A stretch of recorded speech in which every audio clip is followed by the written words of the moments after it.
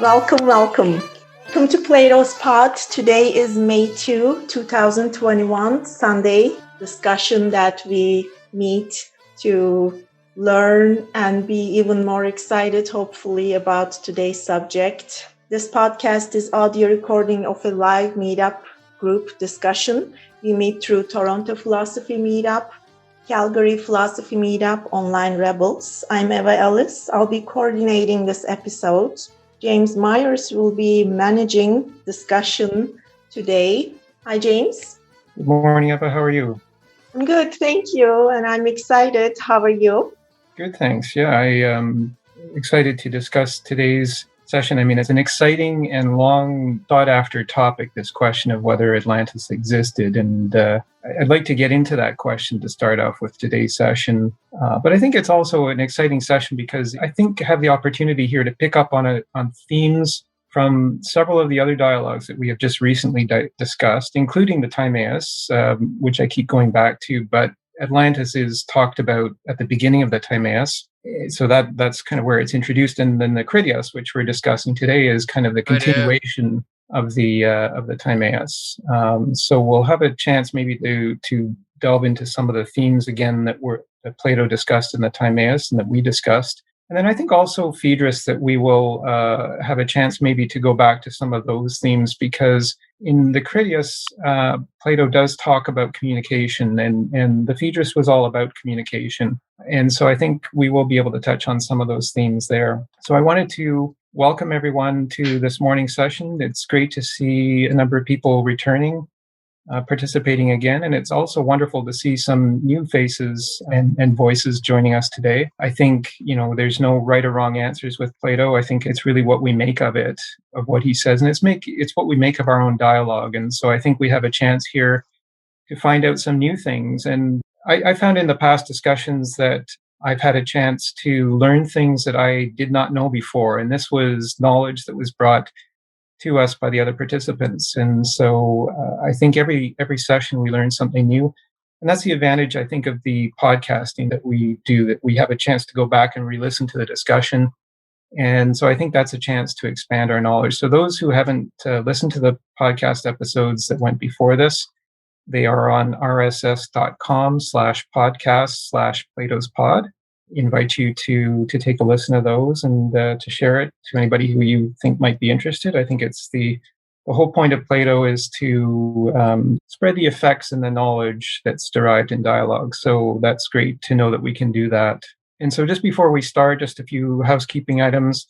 As Eva said at the beginning, we'll use the raise hands function. If you'd like to speak, that's great. And I'll take the speakers in the order that the hands are raised, but I'll give preference to people who haven't spoken before, so that everybody has a chance to speak, hopefully at least once. And then also, just to let you know, for our next session, I thought we would get into the Euthyphro. It's a short dialogue, but I think actually the themes of the Euthyphro really kind of follow well in Critias. I hadn't expected that. I hadn't read Euthyphro before yesterday, actually. So I found in it actually a kind of an interesting continuation of the themes that we'll discuss here today. So without further ado, I thought I would just start the discussion today by asking everybody, why do you think that the story of Atlantis has been so riveting for so many hundreds and thousands of years since Plato wrote it? So we're, about 2,400 years post-Plato. And then the story of Atlantis apparently took place 9,600 years before Plato. So it was a story that was related through Plato's family, through his relative Solon, who kind of wrote the constitution for Athens. And Solon, I think, was a few hundred years before Plato. So somebody put the timeline at approximately 9,600 years before Plato. So we have this story of this rather fantastic civilization that may have existed, may not have existed. There's debate on that. And, I think it's gripped people for eons. There are people who are, spend all of their lives looking for Atlantis. So the screen image behind me is an artist's rendering of Atlantis, and it's based on the rather precise descriptions that Plato provides in the Critias. Plato provides numbers and ratios. He talks about Atlantis being an island with these concentric rings. He talks about the canals. And so this is an artist's rendering of Atlantis. But I just wanted to put the question to everybody. What do you think it is that grips us so much with the story of Atlantis? And if we were to prove that Atlantis actually existed, why would it make a difference? Just wondering what people think. And feel free to use the raised hands feature. I just kind of like to do a little bit of a roundtable on that question. Did Atlantis exist? It's a question I think that Nuri asked before we started recording what I think. All right, Anthony, hello. I have a question. Is this question about finding about science? The question about science in terms of how we would find the existence of Atlantis, or what kind of science we would apply to understand whether it existed or not? Or yes, that's that one. Right. Okay.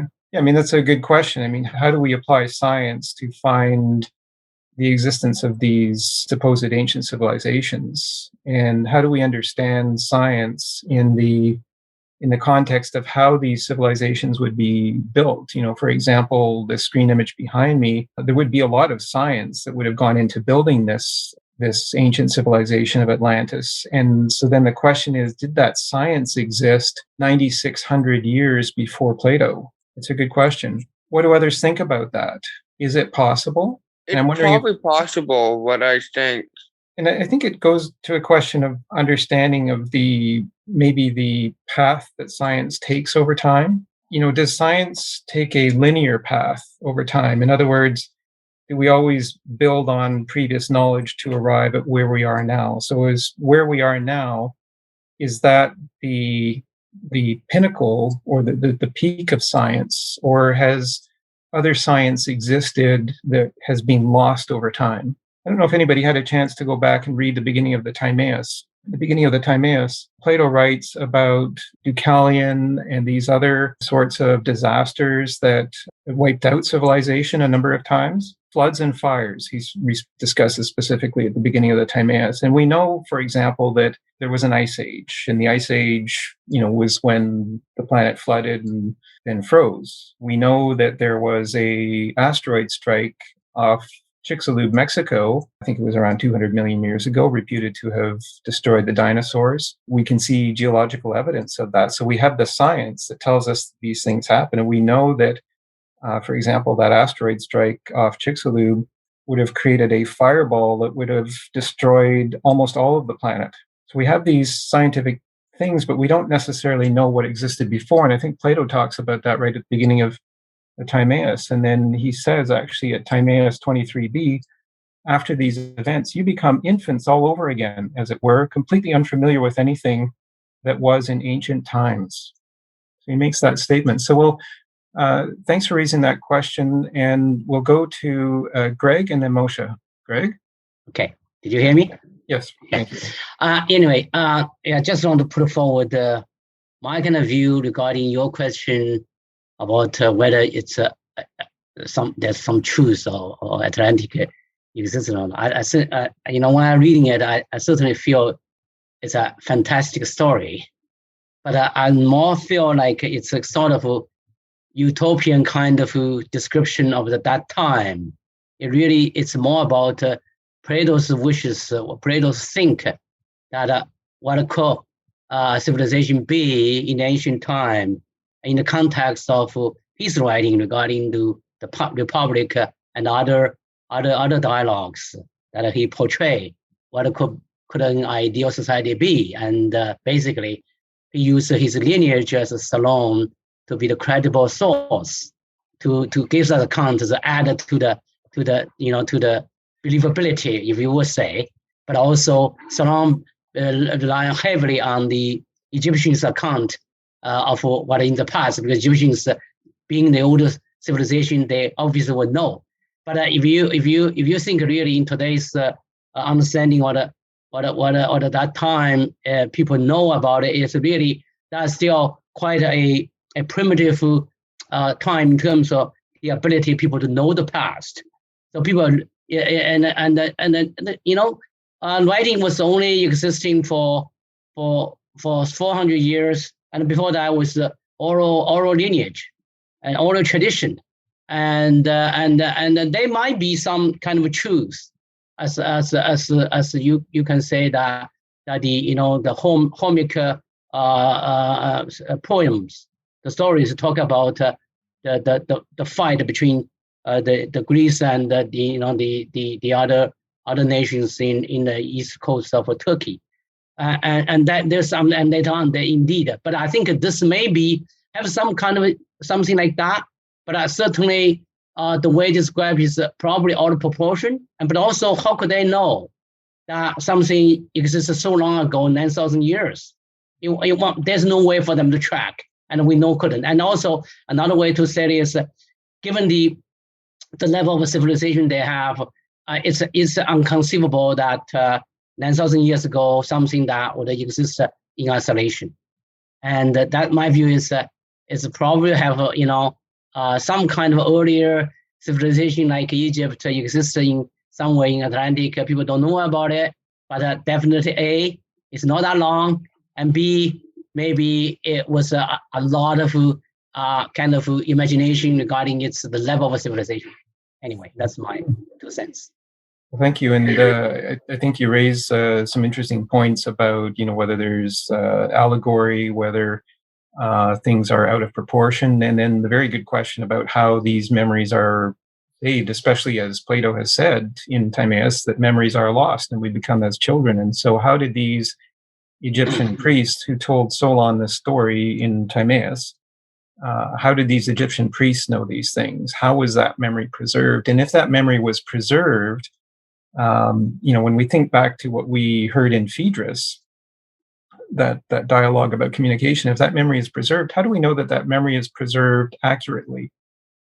Because we know that over time, some facts get lost, other facts get added, assumptions get added in, all of these things that I think we naturally do over time, right? So, in fact, with this story of Atlantis, there was, again, referring to that Ancient Greece Declassified podcast episode that I linked in the meetup notice, the writer of the book indicated that there was a U.S. congressman in the 1800s named Ignatius Donnelly who added on to the Atlantis story, embellished the Atlantis story by saying that this was a highly technologically advanced civilization. We maybe see some suggestions of that in Plato's rendition. They had these fantastic walls of silver and all sorts of interesting metals. How did they do that? But that story got really embellished, and so a whole thread of thinking came along that that maybe this was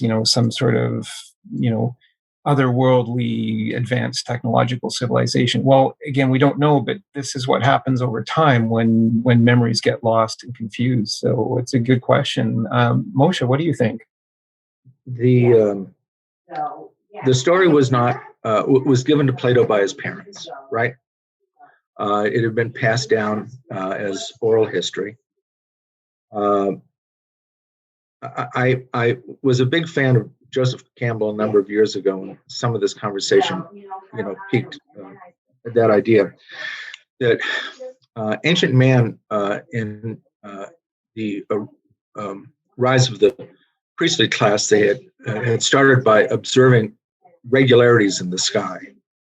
They'd seen that the orbits of the planets and the movement of the stars during the seasons was very orderly, and there was an idea that the gods were very orderly, and that in order to be able to have morality on Earth, we wanted to create a macrocosm microcosm correspondence, so that things were happening down here the same way that they were happening in the skies above. I am reticent to use the word heavens, but in order to be able to achieve morality, these, you wanted to have this macrocosmic correspondence. And it would seem to me that if someone would think of a civilization in the sky as being the idea that there would be that we would have a polis down here, we would want that to model the polis that there was in the heavens.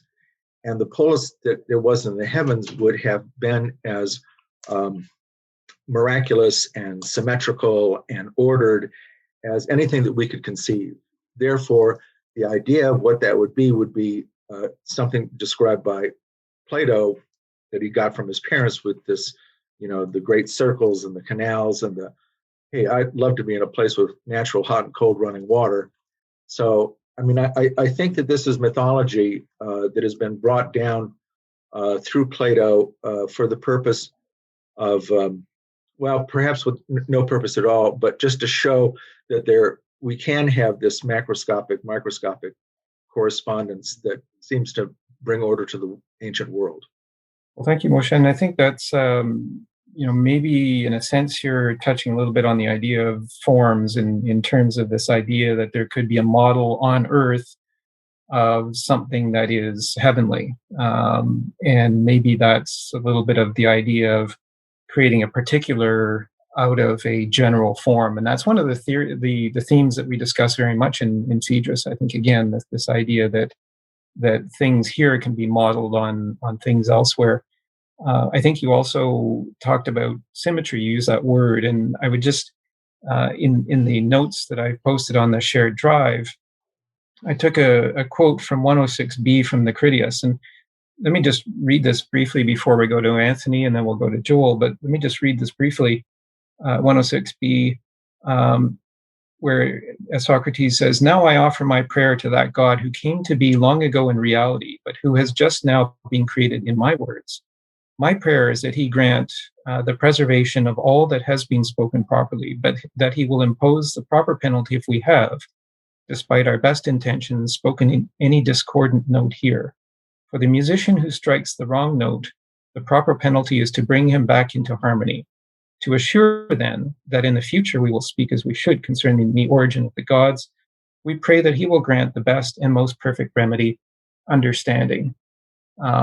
And I just read that because you use the word symmetry, and there's that kind of theme of harmony in what I just read. And I think the idea of harmony also plays very much in the Phaedrus. So thanks for bringing that idea to us, this idea of some sort of harmony with some sort of greater general form of a civilization. We'll go to Anthony and then to Joel. Anthony, you're muted. There's another thing that they can do for like a human brain when they have like brain damage, right? They put like a wire inside their head, and they had like the computer reader that like reads through the brain and make them think and start waking up and seeing vision and start hearing again. I don't know what that thing called that goes in the brain that make the brain damaged people to see again. Well, good point. In the future. Yeah, it's and so the brain, I guess, has this ability, as you said, to be damaged, but then it can also be repaired. And so maybe the idea that that in sort of finding memory in dialogue, maybe as we're doing here, is maybe one way that we can do that. So yeah, let's see where we can go with that. We'll go to Joel. Good morning, everybody. My quick question, it's going to be a quick one, referring to whether or not if Atlantis was actually real or not. And I would like to propose maybe that the overall message and authenticity that Atlantis, the story of Atlantis brings through Plato or other different types of mythologies lose its substance when people get into this very long, exhaustive historical account of whether or not it actually existed. Because I know I have friends who watch this channel called Gaia, so to speak. I don't watch it myself, but it's very much like this kind of anything goes, where everything from aliens to shape-shifting angels and demons and government and throughout history and places like Atlantis could even be possible. So it's just very much it's just anything goes within that arena. But even when we look back at something like Homer of Iliad or anything through Charles Dickens, for example, I think maybe the message that people like them or even Shakespeare if we get into this whole like, well, did it actually happen? And if it didn't, then it kind of loses its substance. So I think it would almost be counterintuitive to get into this whole back and forth of whether or not if it was real. And that's all. Yeah, I mean, it's and I guess that's the other question that I asked at the beginning was if we could establish that it was real, then what difference would that make? What is it that drives people to spend their life looking for Atlantis, and what is it that brings us to venues like this to discuss Atlantis? Not just for a day, but this has been happening for thousands of years. So what is it, and what difference would it make if we could prove that Atlantis was true? I'm interested in hearing what people have to think about that. Greg? Quick response to what you say. I mean, I think the fact that Plato said this made the story has a lot of credibility and imagination for people, because that's the earliest version of what can people say. And he said it beautifully.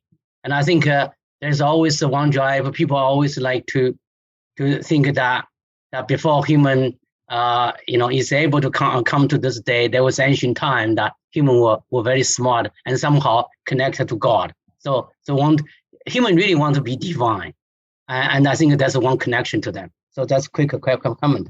But what I was raising the hand was for another quick response to what you said about the harmony. Thank you for copying that paragraph there. When I first read it, I didn't really get the sense, but now it come to a connection. I don't know. It's the first time to me is Plato some kind of want to point out the connection between human understanding of the words or speeches to the harmony of sounds. Really, it's beautiful. I think the first time that I see this way that we always say we understand something. Well, that is the harmony that bring out between the words, expressions. This is one point I got from today, your writing and the discussion you had, to connect harmony, understanding in such a way. Beautiful. Thank you. Yeah, definitely. It's a theme that was definitely present in Phaedrus in terms of our communication and understanding of general forms as well as the particular forms in which we exist. Eva, did you have a point? Yeah, I am not allowed to raise hands because I'm the host, so I wanted to raise my real hand. So I want to empathize with this person who just came out of the war and questioning democracy, seeing all the problems around himself. He discovers his ability to think, and he realizes that people are listening to him, Plato. So I think when you get that you are around problems and you have concerns about the country or the time you're living because of your problems, I think he used his chance to just win people's attention on the fact like there could be a way. Maybe there was a time that there was a good living for people. There was a city that people lived in harmony. So Atlantis comes in a package. It means there was good living. I don't want to call it democracy, but like a good living for all. So I think he used the power of fiction, because fiction could be future's history. So I think he used a card there. And personally, I want to believe that Atlantis exists. And I want to believe that we can even do better than Atlantis in a way. So that's why I wanted to share. Mm-hmm. Well, interesting. Yeah, I mean, it's this idea of believing what we can do compared to other civilizations, I think is an interesting thought. And it makes me think about our perception of time. And again, I think that point actually that was made in the Ancient Greece Declassified podcast episode that the ancient Greeks did not think of time as linear as we do. Now, they thought of time as a kind of a circular function. And I think if we realize that we have things to learn from ancient civilizations, things that may have been forgotten, or comparisons that we can do to ancient civilizations, maybe that affects us significantly in the way that we approach things. Eric, what do you think? Welcome to Plato's Pod. Yeah, thanks for the welcome. I appreciate what everybody's saying. I guess I just wanted to point or just bring up the other aspects of Plato's philosophy which might have led to him believing what he was saying, particularly knowledge as remembrance, and also the question of whether it's fact or fiction. I don't know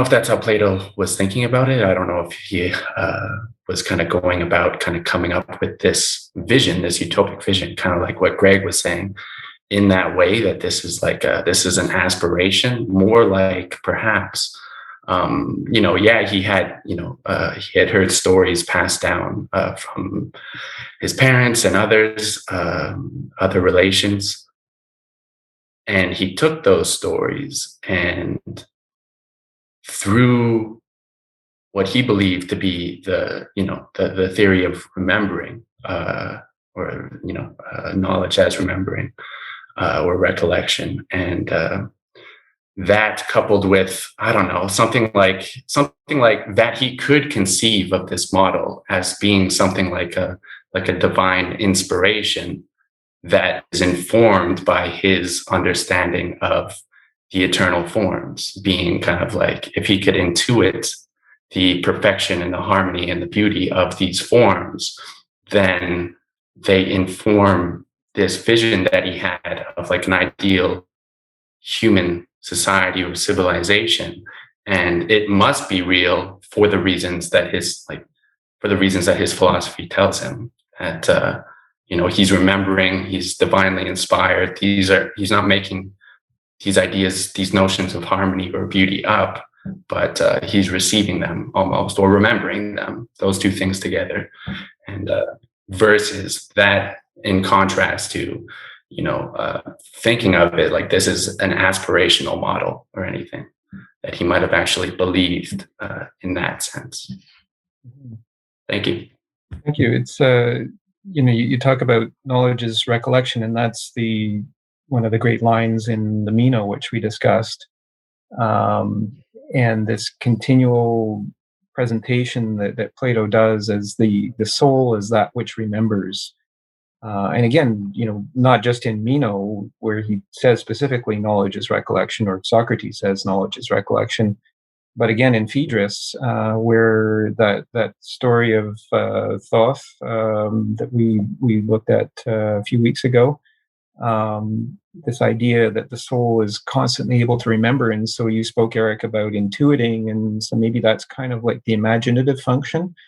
And maybe that's a great power of the knowledge that we have, is that it can lead to imagination. And certainly the story of Atlantis has fired the imagination for thousands of years. JK, what do you think? Yeah, I think I agree with that. What Eric just said about the forms, and that the idea of going back, in time to a model, maybe a model of a perfect society. Plato is going back, relying on Atlantis maybe as a model for a perfect society, and trying to emulate that to deal with the problems in the present, and how to establish a more perfect society in the present and for the future. And then you see that in Confucius in China. Confucius, the famous Chinese philosopher, also was hearkening back to a civilization, a society in the past, as relying on that as a model to develop his philosophy and how we should live and so forth. So that's what Plato's doing is consistent with his idea of forms. That is it is a recollection of something that's in our that's in the past. And in modern day terms, Jung's psychology of the unconscious, is premise on these collective forms that we have, that perhaps and then we according to him, we rely on these forms, these archetypes and so forth, to understand our psychological problems, our relationships with society, and how to and so they're like models for appropriate behavior and so forth, and how we can deal with some of the problems that we have, psychologically and politically and socially. So so maybe Atlantis is this kind of idea of a past. So like in today, modern philosophers are going back to the pre-Socratics as a model of a model of what is virtue, and what is how to establish a more perfect society. Heidegger going back to Heraclitus, and these French philosophers, Derrida, critiquing all the errors that were committed, since Plato, and going back to the pre-Socratics and so forth. So maybe that there's something like that going on here. Mm-hmm. Thank you. And the interesting reference to a number of other philosophers, including Confucius. I think this idea, again, of a model, and tying that into the idea of the forms. And the forms themselves were kind of held to be ideas or ideals. And this is how we maybe model things, is based on these kind of ideals or templates. And, may go, kind of to, again, to this idea that Eric was talking about, as knowledge being recollection. What we're recalling are these ideas maybe, and building on them. It's worth reminding people, that both Timaeus and Critias. So Timaeus and Critias were successive dialogues. One picks up, Critias picks up after Timaeus, but both pick up after the day before these dialogues happened. Socrates and the group had finished discussing the content of what's in the Republic. That great political work of Plato's, which kind of provides a model for society, or does it provide an accurate model for society? And actually, I'm just reminded again at the beginning of Timaeus, where Socrates actually criticizes what happened in their discussion about the Republic. And this is a theme that I want to pick up when we get into the Republic. I want to pick up on this theme, but at Timaeus 19b, Socrates is criticizing the model that they base their Republic on, by saying that it's as if he was looking at a painting, he says, and one finds himself longing to look at these objects in motion, or engaged in some struggle or conflict that seems to show off their distinctive physical qualities. I feel the same thing about the city we've described. He's talking about the Republic here. I'd love to listen to someone give a speech depicting our city in a contest with other cities competing for those prizes that cities typically compete for. I'd love to see our city distinguish itself in the way it goes to war and the way it pursues the war. So in other words, he's saying, he actually uses the term two-dimensional. They created a two-dimensional structure in the Republic. That was not a sufficient model, maybe, is what he's saying at Timaeus 19b for the society that they talked about in the Republic, because you need to expand that two-dimensional model into 3 dimensions to see how it moves about, because the people are the movers. So I think it's an important point, what you just said about modeling, JK. And basing societies on this. And we can think about that in terms of Atlantis. Moshe, your thoughts? Yeah, the idea of a perfect society interests me. I think, my reading of the Republic is that it is describing a system of governance where it can be read as political philosophy, where how we would have a well-ordered society, how society would work and would flourish, and we could have good citizens in a good state. And it seems to me that if you can describe having good citizens in a good state, wouldn't it be great if we could have some good real estate and landscape architecture for our perfect society to live in? And so that would be Atlantis. Indeed. Yeah, it's and certainly in this artist rendition on my screen background, Atlantis was, by all accounts, a beautiful landscaping, physical rendering of this model. This model was kind of maybe like a form, an ideal, and they took this ideal and rendered it in physics. Jane, what do you think? Hi, everybody. I just wanted to, I guess, add a small remark to what Moshe was saying, because when I was looking at the photo, not the photo, at the pictures, images of Atlantis that we can find online, what I was thinking about is that Plato's Republic has I guess it could be called a caste system that is divided into three. And it's kind of interesting that Atlantis has it has the center and two rings around it. If talking about like the meaning of Atlantis and whether it exists or not, I think that it carries great symbolic meaning as a model, as a sort of perfect shadow of a Platonic idea or form.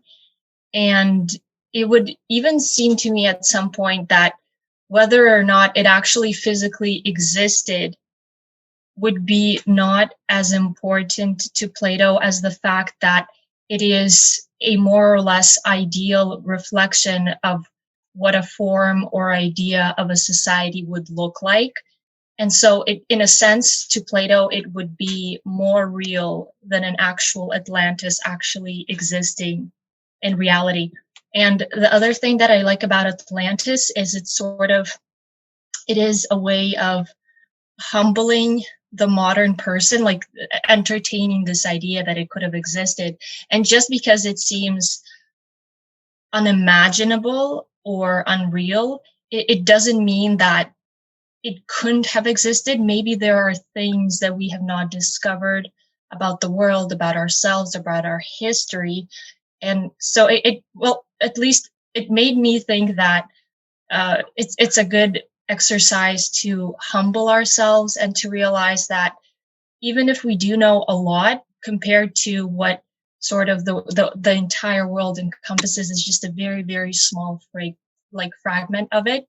And perhaps Atlantis is this is probably a very fantastic idea, but I've also thought of it as Atlantis being sort of this alternative road that humanity could have taken again and come up to Atlantis again. So sort of we're living an alternative road of progress, of human progress in comparison to Atlantis. That's all I wanted to add. Thank you. Thank you, actually. And that actually leads into, Jane, I think, a reading that we could do. And Eva, if you wouldn't mind sharing the screen, and it's the second page, Eva, that I wanted to do that reading number one. But just before we do that, while Eva's setting up the screen, I wanted to talk about what Jane just said, because I think this idea, Jane used the word humbling. And I'm wondering if Plato wanted to kind of put that sense of humility in us, or let us think about that sense of humility. And I wanted to be a little bit more specific about this idea of what would it mean to us if we discovered that Atlantis was true, that it was a true story. For example, that the screen image behind me, an artist rendering of Atlantis, that it was true. What would that do? And thinking about, what was said earlier about time, maybe we approach time as being a linear thing, and we think that we are the pinnacle or the peak of knowledge in time. What if time isn't that way? What if time is actually circular? What would that do to our thinking about ourselves? And I think Jane hit the nail on the head with the word humbling. Maybe that we would realize that we have more things that we need to learn, perhaps. So that's a thought that I wanted to pick up on and echo from what Jane used in the word humbling, and the idea that Atlantis might be an alternative vision of what we could achieve. So on the second page, Eva, there's a reading that starts at 120E and goes to 121B. And I'm wondering if I could have any volunteers to read just these two paragraphs for us. If anybody would be interested in volunteering for this, or I can read it if, well, let me read it then. And so this is 120E to 121B. And in this, Plato says, for many generations, and as long as enough of their divine nature survived, they were obedient unto their laws, and they were well disposed to the divinity they were kin to. So he's talking about the Atlanteans. They possessed conceptions that were true and entirely lofty. And in their attitude to the disasters and chance events that constantly befall men, and in their relations with one another, they exhibited a combination of mildness and prudence, because, except for virtue, they held all else in disdain and thought their present good fortune of no consequence. They bore their vast wealth of gold and other possessions without difficulty, treating them as if they were a burden. They did not become intoxicated with the luxury of the life their wealth made possible. They did not lose their self-control and slip into decline, but in their sober judgment, they could see distinctly that even their very wealth increased with their amity and its companion virtue. But they saw that both wealth and concord decline as possessions become pursued and honored, and virtue perishes with them as well. So in this first paragraph, he's described, I think, what's kind of a nirvana, or utopia was a word that somebody had used earlier. But there's a warning in this last sentence. But they saw that both wealth and concord being another word for harmony, decline as possessions become pursued and honored. So here, really talking about the way materialism sort of interferes with our harmony with the metaphysical, with that which is not material, and virtue perishes with them as well. So in the second paragraph, now because these were their thoughts, and because of the divine nature that survived in them, they prospered greatly, as we have already related. But when the divine portion in them began to grow faint, as it was often blended with great quantities of mortality, and as their human nature gradually gained ascendancy, at that moment, in their inability to bear their great good fortune, they became disordered. To whoever had eyes to see, they appeared hideous, since they were losing the finest of what were once their most treasured possessions. But to those who were blind to the true way of life, oriented to happiness, it was at this time that they gave the semblance of being supremely beauteous and blessed. Yet inwardly, they were filled with an unjust lust for possessions and power. And speaking of power, I mean, these two paragraphs really struck me quite powerfully. I don't know whether it's just me, but I see parallels between what's being described here for Atlantis and maybe how modern society has developed in terms of perhaps a materialist approach. Does virtue perish with materialism? And then also this question of appearance in the second paragraph. Those who see their true nature becoming distorted by materialism see them as ugly, but others who can't look through that true nature see them as beautiful. And maybe that's one of the things that we are at risk of if we follow that path that the Atlanteans took and become materialist. Eric, what do you think? Yeah, I definitely agree with you that these two paragraphs are powerful, and I think that second to last sentence in the second paragraph is one of the most important and tremendous even declarations in this dialogue. And so I just as much as this dialogue, like, it's almost more of a depiction than a philosophy, but the big philosophical question that it poses, I think one of them at least, is like, what is it? What is this mortal or human kind of entrance into this conception that corrupts? Like, this isn't developed in this dialogue; it's developed elsewhere.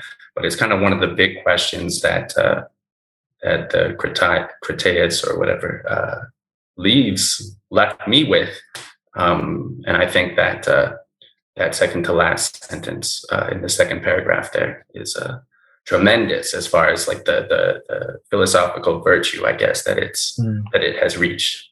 Mm-hmm. Thank you. And that second to last sentence that you're referring to, again, just to read it, though, to whoever had eyes to see, they appeared hideous, since they were losing the finest of what were once their most treasured possessions. And then the other one, but to those who were blind to the true way of life, oriented to happiness, it was at this time that they gave the semblance of being supremely beauteous and blessed, that that you could be so mistaken, I guess. Yeah, and elsewhere, and we've got another reading where in the Critias, where Plato talks about art again, picking up on a theme again that he explored in Phaedrus, and the effect of art on us, and he picks up on this in the Critias. So we've got a reading on that. But the question is, how do we depict these things? So here we're seeing the potential of a depiction of the Atlanteans as good and beautiful, and another potential of depicting the Atlanteans as ugly for what they had become. And we have to be careful at understanding the way we approach and understand these depictions, these forms that we've generated based on these ideals. Thank you, Moshe. Well, this is certainly a rich paragraph, isn't it? Going back to my idea of the microcosmic, macrocosmic correspondence, it seems to me here that we're talking about two different things, maybe four different things. We've got a divine nature and we've got a human nature. And the divine nature is pure and utopian and perfect. And the human nature is free and chaotic and subject to decay, a world of becoming. And as the two worlds were together in the early days of Atlantis, everything was working fine.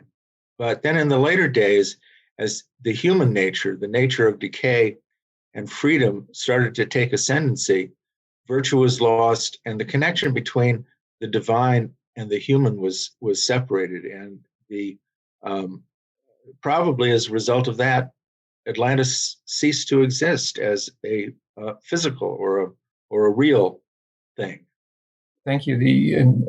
I think you used words that remind me of again of Timaeus 28a, my favorite among my favorite passages in Timaeus, that distinction between the realm that always is and never becomes, and the realm that is always becoming but never is. And that fundamental distinction in the construction of the universe that Plato presents in Timaeus, I think is one that just resonated in what you just said.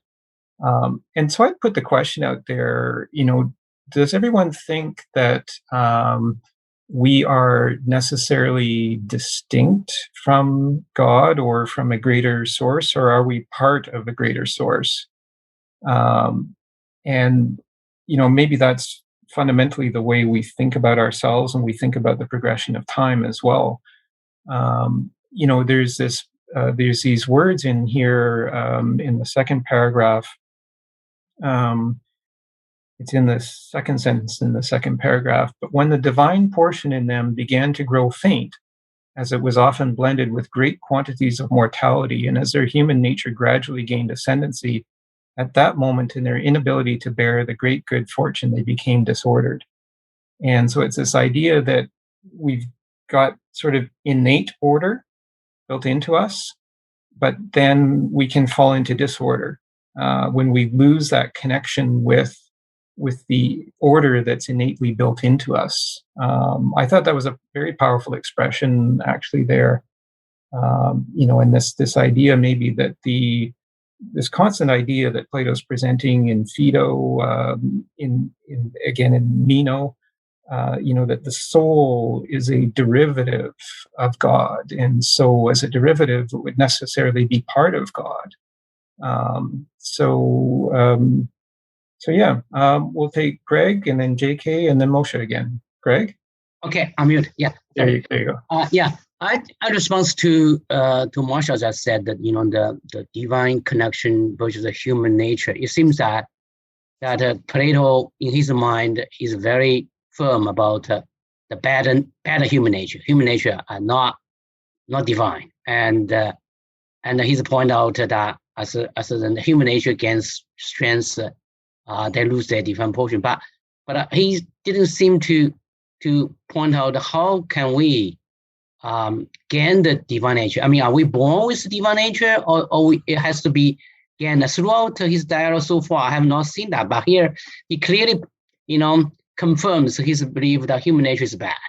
I mean, if we let it control, we lose our divine quality. And I feel this is a question to me. But I'd like to ask a question to Eric, to elaborate. You point out the second sentence to be most important to you, and I see this indeed conveys a lot of meaning. But to me, I couldn't understand well. It seems to be as a paradoxical. On the one hand, someone is blind to the truth, means blind to the truth. But on the other hand, that someone will have the supreme beauties and blessed. It seems to be contradictory to me. Could Eric elaborate on that? Well, thank you. Eric, did you want to jump in before we go to JK? Sure. Yes. I mean, that's, I think, what the kind of, the paradox, I guess, the difference between appearance and truth. And really, I mean, this is something that in our time would perhaps be more troubling to answer than in Plato's time. But of course, Plato, received opposition, I'm sure, too. But that he was convinced. I mean, this is a big philosophical idea that that the appearance is incorrect, that what you see is not. I mean, Plato's formulation is that what you see is a corruption of what was, of being, of the eternal forms. And I mean, okay. So I very much appreciated, I think it was Jane or something, said that, that the conception of Atlantis kind of leads to a humility or humbling. One of the questions posed by this conception, this fantastic conception, is I can conceive this. Why isn't it the case? Like, why isn't this the way that things are? And the humility and the humbling of kind of comparing and contrasting where we are to what could be very well the ideal. Like how far are we away from the best of our conceptions? And then looking around and asking that question again and again, perhaps. And there the distinction grows between the ideal and the appearance. Yeah. So it becomes an ethical question as much as a metaphysical question. I don't know. Not to bring those terms up, but it's the best I can do. I don't know. Thank you. Thank you, Eric. And actually, what I think we'll have a chance to pursue that idea when we read 107B to 107D. And I like the words that you used. What you see is a corruption of what was. And I think that's maybe the problem of creating a model and then, designing your physics on that model without fully understanding the model. So that was I found that a powerful turn of words. We'll go to Moshe and then JK and then Jane. Moshe? On the last slide, if you could go back to that. Well, you don't have to go back to that. But this is a story of this 9,000 years ago, okay? 9,000 years before Plato. I think one of the things that I see out of the last paragraph is a distinction, I will call it a growth that we see in Plato from the two-part nature of the soul, divine and human, to the three-part nature of the soul, which is described in the Phaedrus with the allegory of the chariot. Because what's missing in this is reason. We've got the good nature, we've got the divine nature, but we don't have anything to bring them together. Reason is missing. And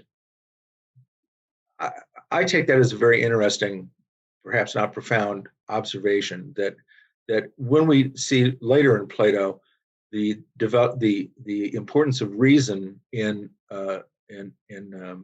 civil governance, something is added that brings a stability to human life that this particular myth is lacking. That was the perfect setup, Moshe, for reading 107b to 107d. I think that idea that you just said about reason and having a reason to count, and again to tie that back to Timaeus 28a, where Plato says that to understand the realm that always is and never becomes, you have to do that understanding with a reason to count. You can't apply your senses to it because it has no physical existence. You can only understand with your senses that which has physical existence, but not that which always is and never becomes. And so I think I very much like what you just said in terms of tying that into what Plato goes on to say at 107b to 107b. We'll go to JK and then Jane and Joel. JK? The question is, how did they arrive at that divine nature in the first place without reason? And so that means that they must have relied on some understanding and some reasonable understanding to have arrived at that divine nature. Now you have to ask, what is that divine nature and how did it get corrupted? And if you posit a divine nature as something that is and never becomes, right? Then was it maybe because they mistook that isness of divine nature as something that would never change, right? And in the beginning, they seem to accept, this kind of this change and the immortality of their state of in their possession of luxuries and so forth. They were not intoxicated by their luxuries in life and wealth. So, and they accepted the change, the loss of that as they grew old and died. But I think the mistake was to assume that those luxuries and the wealth would stay with them, right? They eventually became intoxicated and became addicted to those possessions, as if they would never, they wouldn't let go. They didn't want to let go of them. They didn't want to accept the change. So I think it's a kind of like not being able to accept the change is what corrupted this divine nature. the divine nature is this idea of being able to accept the change, their mortality, and to let go of what they had. And so it's this. I think it's a misconception of what being and becoming is. I think they became attached to the idea of being and wanted the things to remain the same. Instead of because without that, the idea of becoming, without the idea of change, there's no creativity, there's no novelty anymore. And so I think that's how they lost their virtue and became divine, virtue and became corrupted, or the other way around. Yeah. But anyway, so I think it comes back to the idea of what is divine and this paradox of being and becoming. Can you have being without becoming? I really like the way you put that, JK. Really like the way that distinction between being and becoming. And the idea that we're endowed with this ability to vary our existence. We're endowed with this ability to be creative and not always static. And I think that goes maybe to what Eric was saying earlier about being able to intuit, being able to imagine. Is that what you were thinking about in terms of being and becoming, that distinction? Right, because they couldn't accept the notion of difference. Mm-hmm. It's the difference that makes life precious, and not be attached to what is actual, and always be able to have that potential to grow and to be reborn, and I think that's what the idea of divine perhaps means. The divine nature is to have that kind of creative spirit. The word potential that you just used, I think, is an important one in terms of perhaps understanding the capacity of the divine, and maybe this idea that potential is in all of us, but we can't sort of become wedded to the material because that reduces our potential. I think you put that very powerfully, and you said a number of very interesting things that they became attached to the idea of being without realizing that which they could become.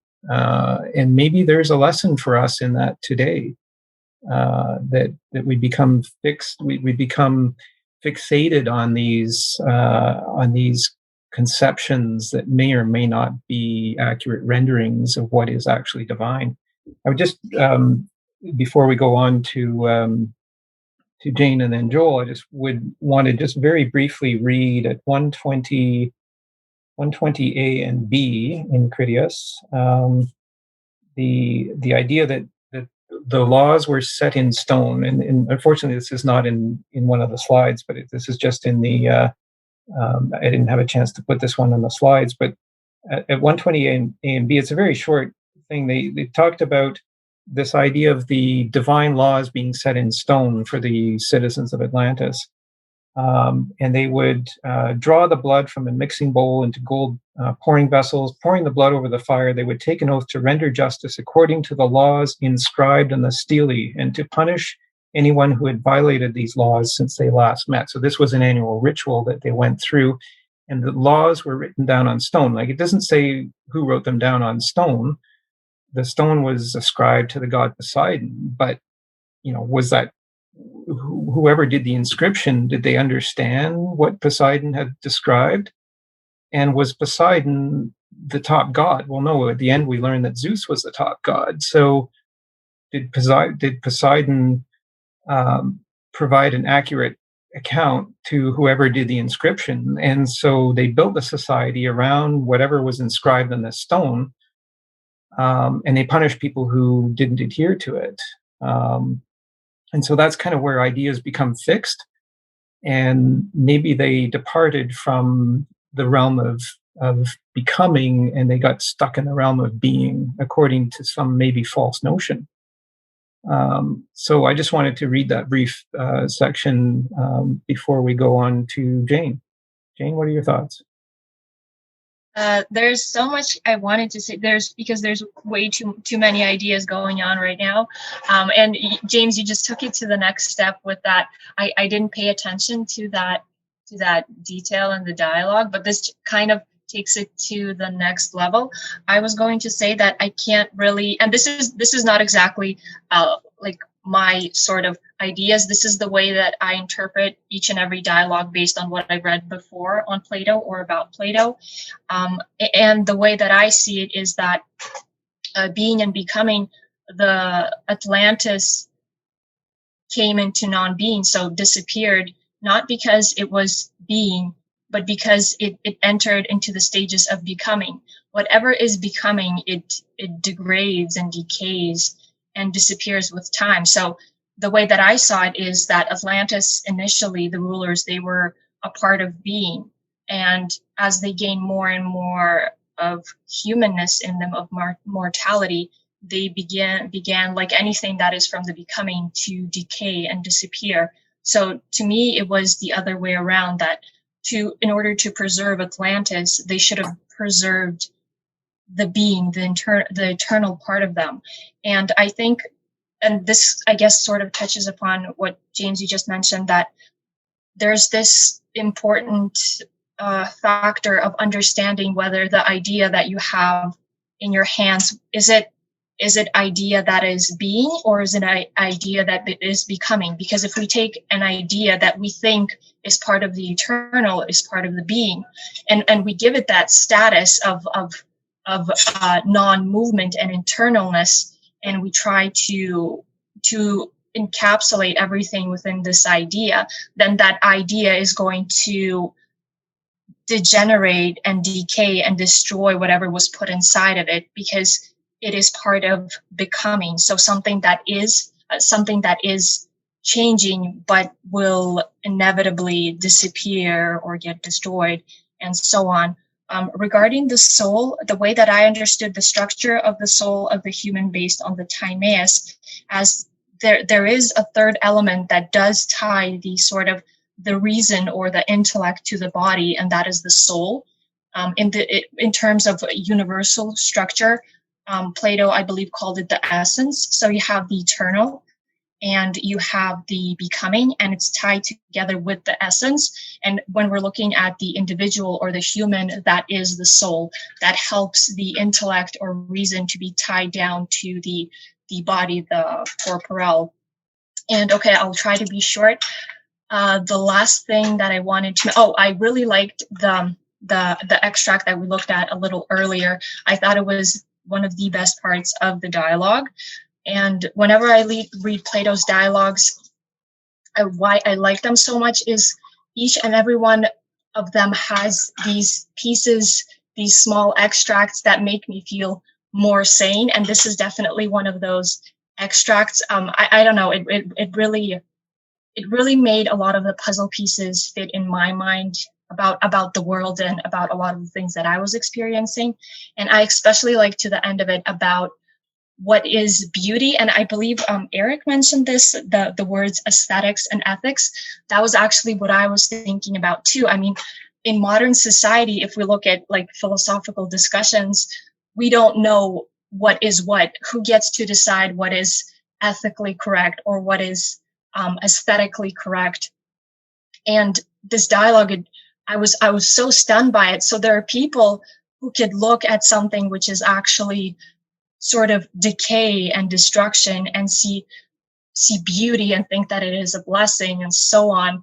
But those people can be blind. Who gets to decide? How do we know that? How do we know who's actually seeing or who's actually being blind? Because the person who sees, he sees something hideous. But the person who sees in that hideous something beautiful, they're going to say, well, something's wrong with you. You should be more optimistic, for example. I don't know. I'm going to leave it at that because I could say a lot more. But this piece of the dialogue, it was just, absolutely beautiful. And I think a separate book could be written about that piece of dialogue. Yes, thank you. Indeed, thank you, Jane. I couldn't agree with you more. It's there's so many things that we could explore with just even one sentence that Plato writes. And that's what fascinates me about Plato and what drives me to host these sessions with Eva. I mean, it's just I learn something every single time, and each time I read it, I learn something new, and each time it's discussed, I learn something new. And so, I mean, one of the things, I mean, you touched on so many important points, Jane, and a number of them tied on I think it was what J.K. said in terms of difference makes life precious. And again, thinking back to Timaeus and the idea that in this creation of the universe, he talked about the mixing of the same and the different, and that it's a difficult mixture. And then in Phaedrus, he presents the idea of the soul being the charioteer. The soul's got two horses pulling in opposite directions, and it's like the charioteer is tying those two horses together. And how does it tie the horses together? Well, it ties the horses together with a reason to count. It ties the horses together by trying to determine what's believable, and that's what we do, I think, in dialogue. So we'll go to Joel, and while we're doing that, if you wouldn't mind preparing the reading on the third page, it's labeled number 2. We'll go and read that because it talks very much about this idea of what we actually believe. But we'll go to Joel. Hey guys, so I have to leave shortly, but before I do, this has been absolutely incredible. And Jane, you gave me a lot of food for thought. Before I go though, just for fun, I'd like to play the antagonist here, and I would like to tackle what exactly does the word divine mean per se? Because the impression I get is whenever you use anything and describe it as divine, I think of something that is like supernatural or perfect or somehow transcends logic and reason. And I find, even though I recognize the utility of equating the soul or intellect to something that can relate to whatever is divine, I feel like there's also, even though it's useful, it can also be dangerous too, because it's easy to describe but not give a complete definition of perfection in terms of like, okay, what is perfection? What is divine? And all you can really do is just describe it for what it's not, so to speak, right? It's like, well, it's without error, it's without limitations, but like, what is it specifically? And you can only describe it in negative terms, so to speak. So I feel like there's also a risk or towing the line, a danger when we're trying to describe what is somehow eternal or transcendent in like sort of an anthropomorphic perspective of like, oh, this is something that is somehow related to my mind or our minds, or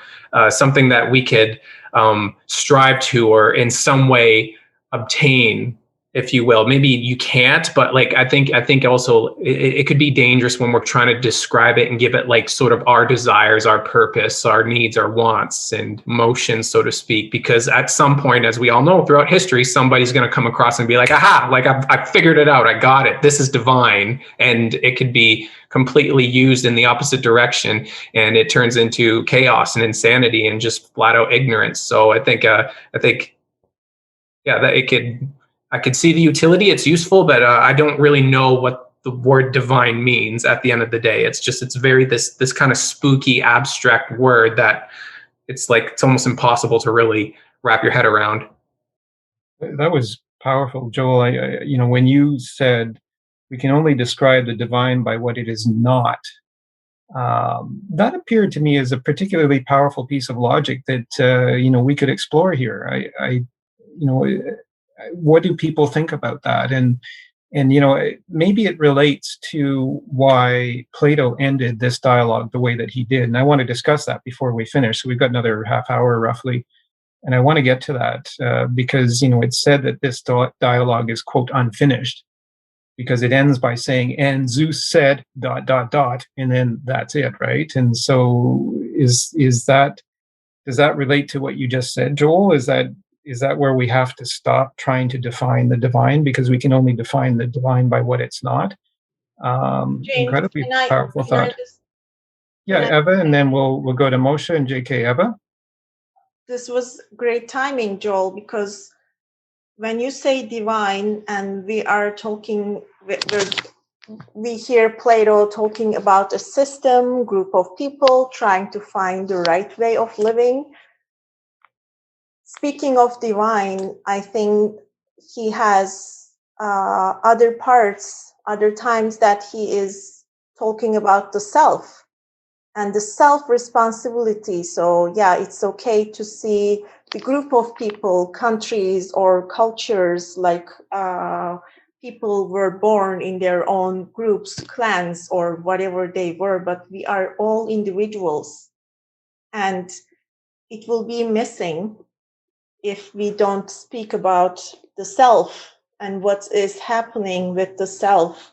Can the community, country, or the group be and stay, exist as virtuous if people are not virtuous? And the fact that we are talking about the concept of time, history, current, and the past, so things will be shifting, just like the communities or lifestyles of or group of people. A person is growing and a person is changing too. I think what he is, or I enjoy hearing Plato is he is talking about both the community, my group, and my own personal responsibilities as a human being, because I want to believe like we are all responsible individuals as Plato or anyone else here on the screen on with ourselves on our homes with our computers. So just wanted to remark the personal understanding of the virtue and the divine. Joel, thank you. Thank you both. It's and again, just to remind everyone of what we just read in that section, where Plato talks about the divine portion in us, and so he's saying that there's a bit of the divine in each of us, and then I think what we just heard from Eva and Joel is that the divine is also in all of us. So it's in each, but it's in all. Kind of like this idea of the one and the many. Which is obviously one of the big subjects of Parmenides, which we will get to. So it's that powerful idea, and that's why I asked earlier. What do people think about this idea? Are we separate and apart from God, or are we part of God? So I think that's maybe fundamentally inherent in this whole discussion. Before we go to the reading, we'll go to Moshe and then JK. Okay, I want to make the distinction between how we as 21st century people use terms like divine and God, and the way Plato used them. And we have ample evidence for how Plato used them in the dialogues that he wrote. Okay, and James, you've brought up a number of times about memory and how we know things. And in the Phaedrus around 248, is talking about how the souls, which are ultimately going to go into the human body, they're longing for the upper world, and they all follow, but not being strong enough. They are carried around the surface, plunging and treading on one another, each striving to be first, and they're clawing with perspiration to get closer and closer to the forms. And it's important to understand that that's the kind of knowledge that we want, is this knowledge of the forms, the permanent, the beautiful, the unchangeable. And it says in 249, I don't have the A, B, C, or D, but it says, clinging in recollection to those things in which God abides, clinging to the forms in which God abides, he's living there, and in beholding which he is what he is. So God is only God because he's closest to the forms. So there's no divinity here, like there's no sort of anthropomorphic divinity. There's no, there's certainly no theistic divinity. Divinity is a kind of knowledge that we have when we can become close to reality, when we can become close to the forms. And then we want to, that's important to know so that we know what Plato is saying. The other thing is, as 21st century people, we might look back on that and say, well, that's just a bunch of hooey. You know, there are no forms. You know, we can be critical of it. We can say whatever we want. But I think it's important that we do two things. First, we have to understand what Plato says, and then we want to address the question of whether what Plato says is true or false, or if there's some nuance to it. Thank you. And in the course of what we do, I think a reasoned account is required, and that's our capacity to create a reasoned account in discussions like this. And so you raised a very important point, I think, about the nature of divine, and maybe it goes to this distinction of whether you believe that there is a personal God, in other words, a God that will intercede on your individual behalf, or whether God is more like, I've heard the term used, Spinoza's God, the kind of God that Spinoza or Einstein believed in, the God that created the initial conditions for everything else to flourish. That isn't an individual God, but it's a God for all. And so I think that's an important distinction to keep in mind, I think, as we explore these concepts and this idea of the soul as being that single point that, judges always that ratio between same and different, to try to find that one single line that connects to that, singularity of God. So those were really fascinating points, and that really does lead into that reading. So Eva, if you wouldn't mind putting that on the screen. And again, I would ask, would we have a volunteer? This is just 2 relatively short paragraphs. If anybody would volunteer to read this, or I can read it again if... I guess you're reading it, James. Thank you. I'm reading it. All right, I don't mind. This is from 107B to 107D, and so this relates to, again, that idea of, what is divine and how do we describe that which is divine. So it's 2 paragraphs, the first of which: it is easier, Timaeus, for someone to give the impression that he is a successful speaker when he speaks of gods to an audience of mortals. The audience's lack of experience and sheer ignorance concerning a subject they can never know for certain provide the would-be speaker with great eloquence. We know how we stand when it comes to our knowledge of the gods. To make my meaning plainer, let me ask you to follow me in this illustration. It is inevitable, I suppose, that everything we have all said is a kind of representation and attempted likeness. Let us consider the graphic art of the painter that has as its object the bodies of both gods and men, and the relative ease and difficulty involved in the painter's convincing his viewers that he has adequately represented the objects of his art. We will observe first that we are satisfied if an artist is able to represent, even to some small extent, the earth and mountains and rivers and forests and all of heaven and all the bodies that exist and move within it, and render their likeness. And next, that since we have no precise knowledge of such things, we do not examine these paintings too closely or find fault with them, but we are content to accept an art of suggestion and illusion for such things, as vague and deceptive as this art is. But when a painter attempts to create a likeness of our bodies, we are quick to spot any defect. And because of our familiarity and lifelong knowledge, we prove harsh critics of the painter who does not fully reproduce every detail. We must view the case of speeches as precisely the same. We embrace what is said about the heavens and things divine with enthusiasm, even when what is said is quite implausible, but we are nice critics of what is said of mortals and human beings. So again, I found this to be a particularly powerful section that relates very much to what we discussed in Phaedrus, and to the idea of, if there is a form of divine, how do we depict that form? Who has knowledge? Who has sufficient knowledge to depict that form of divine and to communicate that form of divine to the rest of us? Is there a warning in what we have here for us in today's times? This was written 2,400 years ago, but where is it? Is it relevant today?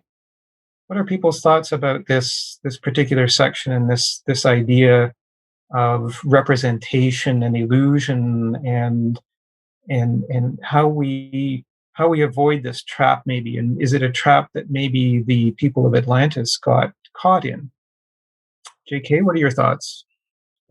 Yeah, we're still susceptible to concepts that others come up with and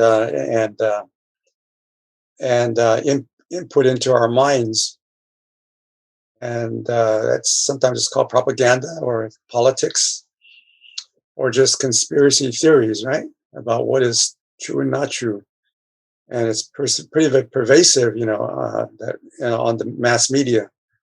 Now that we have, personal media that we have access to on a daily basis, on a minute by minute basis, where these things, these concepts are, pervade, and so we're all constantly susceptible to these concepts of what is divine, or what is, what is virtue, what is right and wrong, and so forth. Mm-hmm.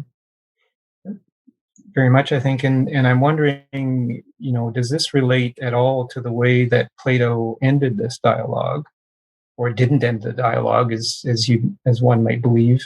Some believe he didn't end it. Some believe he didn't end it deliberately. Some believe he didn't end it by accident. He meant to get back to it. Why did he end it with that Zeus said ... And I think maybe one might remember here that Plato was a dramatist. He was a playwright before he became a geometer and philosopher. And as that, he was an artist. And did he want to represent what the divine was saying? I just wanted to bring that really struck me about the ending of this dialogue. That really struck me about the ending of this dialogue. That it's an attempt not to represent. Maybe it goes back to what Joel said, is we can only describe the divine by what it is not. And is that the reason why Plato ended this dialogue the way he did? I wanted to put that out there because I wanted to get to that ending before we end today. So we'll go to Moshe and then Eric. Moshe? Two things. The Western mind falls into a trap, I think, when it comes to the divine. We can speak reams. There's literature abounding of what hell is like. Okay, we know what eternity is like. Dante's 13 hells and things like that, and so we could do the same thing with God. We have to arrogate ourselves to the point that we say that we can do it, but we arrogate ourselves to the same extent when we can describe what eternal damnation is like. So Western people have no qualms against claiming the intellectual high ground in areas where they have absolutely no knowledge at all and are simply making it up as artfully as they can as they go. So that's one thing. I think that we can describe God in positive terms. We're not limited to just negative terms to describe him. The other thing is about the paragraph that you read. And it reminds me of what Jane said earlier about having humility. We should not, we have to have humility when we describe what the gods are going to be like or what divinity is going to be like, because the very last paragraph, the very last sentence in there says that, if you put that slide up again, it says that when we listen to somebody talking about, yes, we embrace what is said about the heavens and things divine with enthusiasm, even when what is said is quite implausible. But we are nice critics of what is said of mortals and human beings. And by nice, if that's a good translation, he's being quite ironic, because he was talking previously in that paragraph about how we can be very critical about a person's painting of a body because we know what a body looks like. So being a nice critic doesn't mean I'm being a sweet critic. It means I'm really nice as a critic and I can really let you have it. So what we have to do, I think, when we are, we have to be humble in all things when it comes to the interpretation of what the divine is, something that we can not have scientific knowledge about. That being said, I still stand by my first point that to the extent that we can be super descriptive about what eternal damnation is, we can be super descriptive as well about what life in heaven would be like. Thank you, Moshe, and for highlighting that last sentence in what we read. I think that's maybe that's a little bit of a warning based on what the citizens of Atlantis faced by following those inscriptions written in the stele in the stone that's where that was part of their problem. We'll go to Eric. Eric? Just a few things. One, it's a shame that Joel left during that last reading, because I think that section definitely shares the same skepticism that he kind of brought up. And I think it's very poignant for the fact that it was mentioned in this dialogue, kind of at the top of the dialogue. Two, the second thing is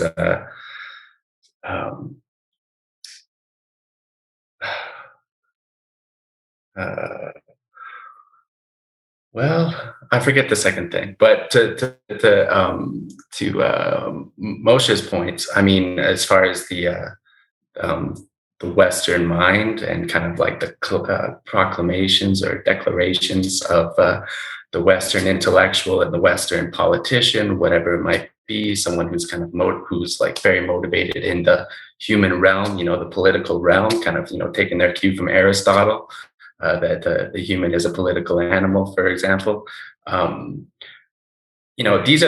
This mind and this, I'm not going to use the word arrogance, but there you go, is kind of like, it's the same mind that Socrates kind of sat across from again and again in these dialogues. And I guess I just wanted to mention or remind that, Socrates was as skeptical and ironic in any kind of grand declaration. He always kind of kept his distance from what could be said about anything, and about anything absolute, let's say.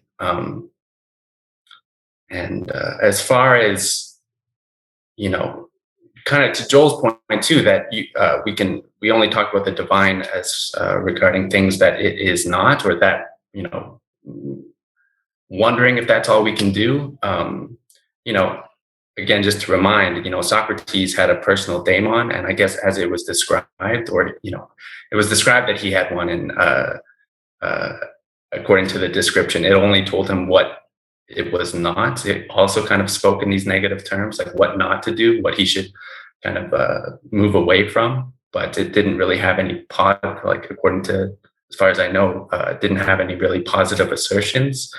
So when Socrates was sitting across from these kind of these minds that were convinced that they were right, regarding their profession, regarding their place in society and cosmos, whatever. He was always able to recognize by listening to this personal daemon and just for hours, just standing there kind of in deep kind of meditative thought. And also in the moment too, I suppose, becoming a bit skeptical and ironic with the declarations of others across from him, that whatever they're saying, it's not, it's not, they don't have it right as far as their conceptions of, what it is they're doing as a doctor, perhaps, what is, how do they apply their knowledge to things like health, and politicians too, like whatever that they think is the good, it's not that. And Socrates seemed to be at least convinced always that what he was hearing was not it. So I just wanted to bring up that Socrates never made these absolute declarations, I guess, or, he was always he kept his distance from them. And Plato, on the other hand, as a contrast, seemed to have more of a project in mind, that he was presenting these things. And it might have been the fact that he was writing, right? That he was kind of setting into stone, so to speak, these thoughts, and was able to kind of, all right, so that's it. And then the second thing that I was going to say is, yes, as far as the dialogue ending with "and Zeus says ... I mean, as far as it being like it's very compelling as a dramatic flourish that he left the question open-ended, whether or not the text was corrupted or he actually finished it. As a dramatist, if that was kind of how he was thinking about it, it's very effective that he kind of leaves open-ended what Zeus might have said. Thank you. Thank you. It's I mean, I think certainly Socrates' method of asking questions and not presenting absolute conclusions is really part of Plato's method, maybe as well. And maybe that's kind of evident in the way that this dialogue ended. Instead of pretending to know what the words of Zeus were, Plato is leaving it to us in the realm of becoming to define what that is. So I thought that was and the way you put it, that there were no absolutes, I think maybe ties to what Joel said earlier about maybe being able to describe the divine only by what the divine is not, and that list can be endless. And so I think that's something well worth thinking about. And the other thing worth thinking about, I think, is this idea of the perhaps circular nature of time, which again is presented at the beginning of Timaeus, in that we go through these cycles where civilizations are built and then various cataclysms cause their destruction, and then we are reborn as children. We lose memory of all of that because of the cataclysm that has destroyed. And then we have to go and rediscover, and we don't want to maybe get caught in these almost like feedback loops of thinking that we know when we in fact don't know. And it was Socrates who said that he was the smartest man alive because he knew one thing, which is that he knew nothing. And that was kind of what the oracle said about him. And so maybe that's this idea that we really have to question what we think we know. So we'll go to JK and then Greg and Jane. JK? Yeah. So you said Socrates was an ironist, but Plato was even more so himself, being an artist, right? Praising the artist. At the same time, he banished the artist, from his model of society in the Republic. But he kind of talked about Atlantis as a society that have fallen because of these ideas of notions of divinity inscribed in stone, right? And it kind of reminds me of the Ten Commandments, maybe also something similar to that, and maybe he kind of understood what it means when societies are established on these ideas of what is divine and so forth. Yeah. So yeah, that's all I have to say. I think it's this idea, perhaps I heard this term was said by Rebecca Neuberger Goldstein, who wrote Plato at the Googleplex, and I'm a big fan of Rebecca's. And she used this term in a lecture that I was listening to about epistemic responsibility. And, maybe if you think of time as a circle instead of a straight line, your responsibility in the circle never begins and never ends. It's continuously ongoing, because that's one of the properties of a circle, right? The circle has no beginning and no end. And so maybe this is part of the lesson here, is that maybe don't think about time as a straight line, because if you think of time as a straight line, then you're only going to ever see a progression, and your epistemic responsibility in that context is more limited. But if you think of time as a circle, these cycles of creation and destruction continuously going on, then the epistemic responsibility is quite endless. So I just wanted to raise that point, and maybe we can get to that last slide before we end, but we'll go to Greg and then to Jane. Yeah, I just like to make a point. I think Rosh and J.K. earlier too mentioned a bit about this thing about the Western thinking about this divineness and the form, and as if implying that the Eastern have a different way of thinking that. And being someone grown up in the East and read quite a bit about the Chinese philosophy and so on, I would say that is a bit of a misconception there. That the East, particularly China, in those early days, now that we think that they have a different version of a divine and form. They don't. Divine was not a Chinese concept, never was. And so was the form. The early Chinese thinkers never thought about the form. These thinkers like Confucius, all these, they are only concerned with the social morality. And so the Oriental thinker has always been a mystic. They never really had gone through the route of Western, which is, in my view, rationalism. It never has been in China. And the way that Western people these days talk about the ancient thinkers, they're thinking, they romanticize. And also, they add a lot of new modern conception to add to them, as if they don't. So the ancient Chinese philosophy have its own kind of richness and idea regarding how human life should be and society, but that remain at the mystic level, like sort of at the homos level. You would say they never come to the Plato level, and that's why that yes, they have some ideas, concepts, but they never really rationalize, never really come to the same idealization that the Western has.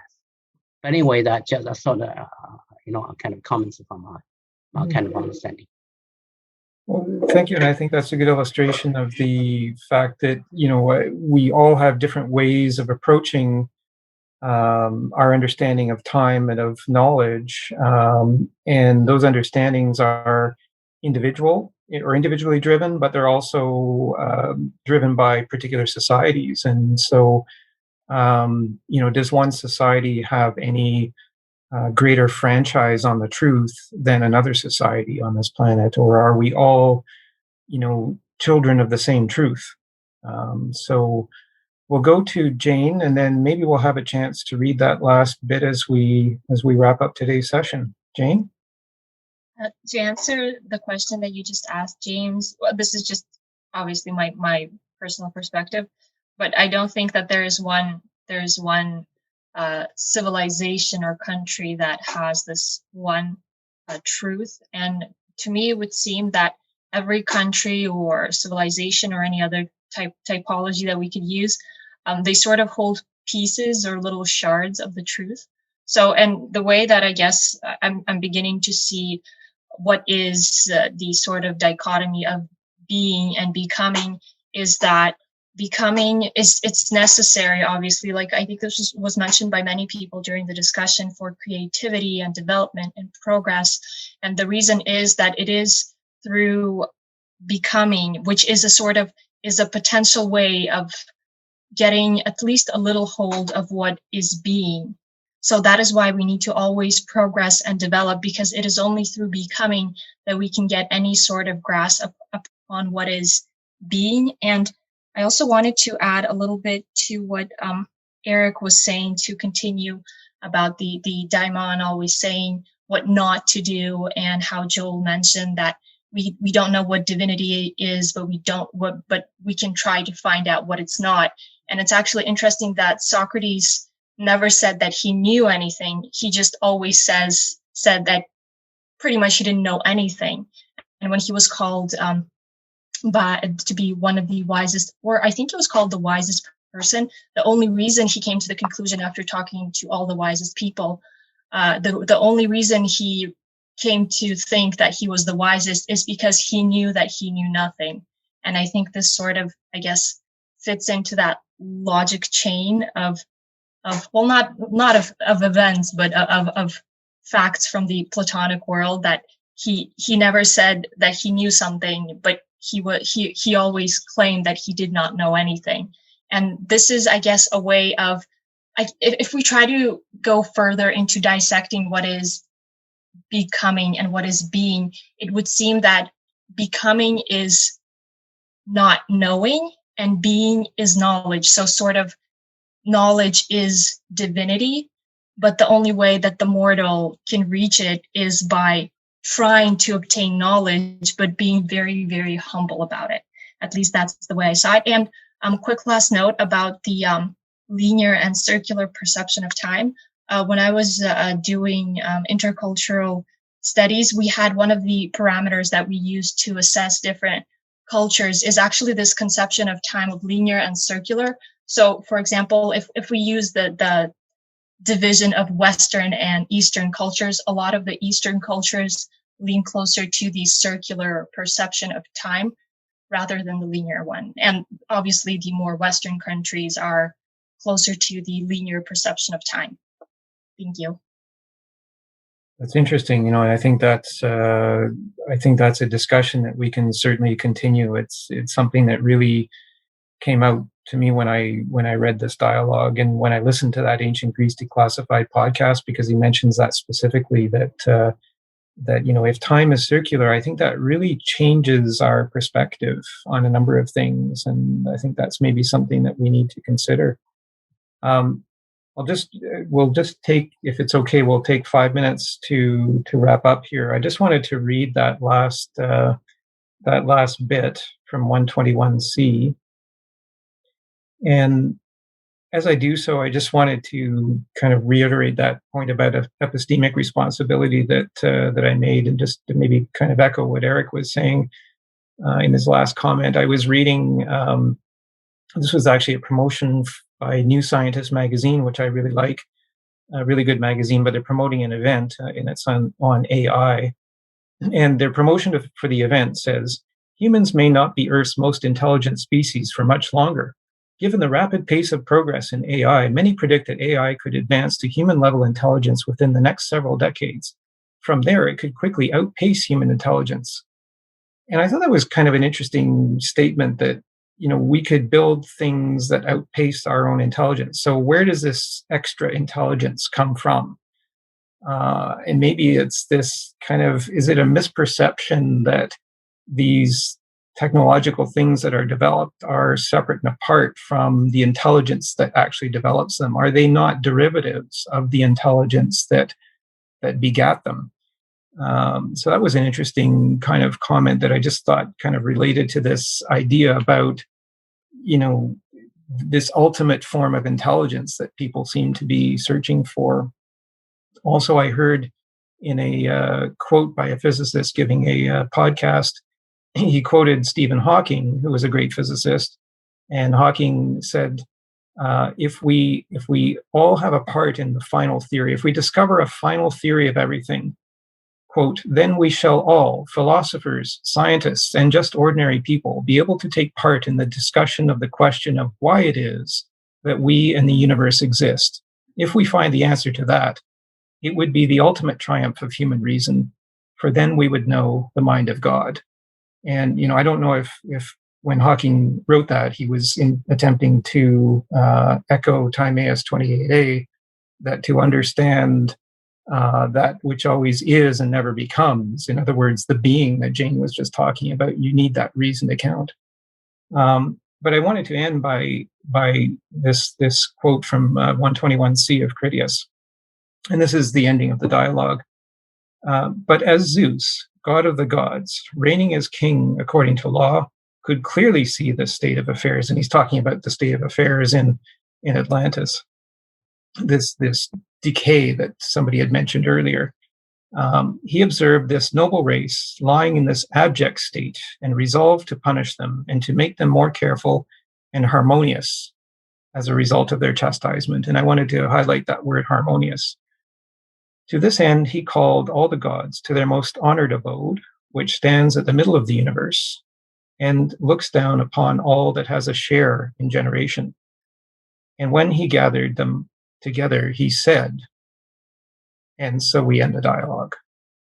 And so I just wanted us to reflect on that ending, to kind of think, well, do we have sufficient harmony to understand what the divine being has said? Is this something that we can write down in stone? If we understood what the divine being said, would we write it down in stone, and would we make all future generations adhere to this? Powerful thought. So I just wanted to leave people with that idea as we wrap up another discussion. It's been an absolutely great discussion, and I wanted to thank all the new and returning participants to today. And I'm looking forward to our next discussion on Euthyphro, which is going to pick up on this idea of the divine and the word of the divine. So we'll do that in 2 weeks. So I will pass it over to Eva to wrap up today's recording. Thank you, James. Thank you for joining, friends. As inspiring as it gets, this is another discussion that we don't want to leave, as usual. We believe Plato, Plato would be proud of all these reasonings. We'll be adding an unrecorded part, Plato's Cafe, starting next episode. Please follow up with that on future meetup posts. We meet through Toronto Philosophy Meetup, Calgary Philosophy Meetup, and Online Rebels. James, thank you for leading and preparing all this. Thank you for giving us the chance to share and ask our questions. I'm Eva Alice. This was Plato's Pot. Until next episode, friends. So long.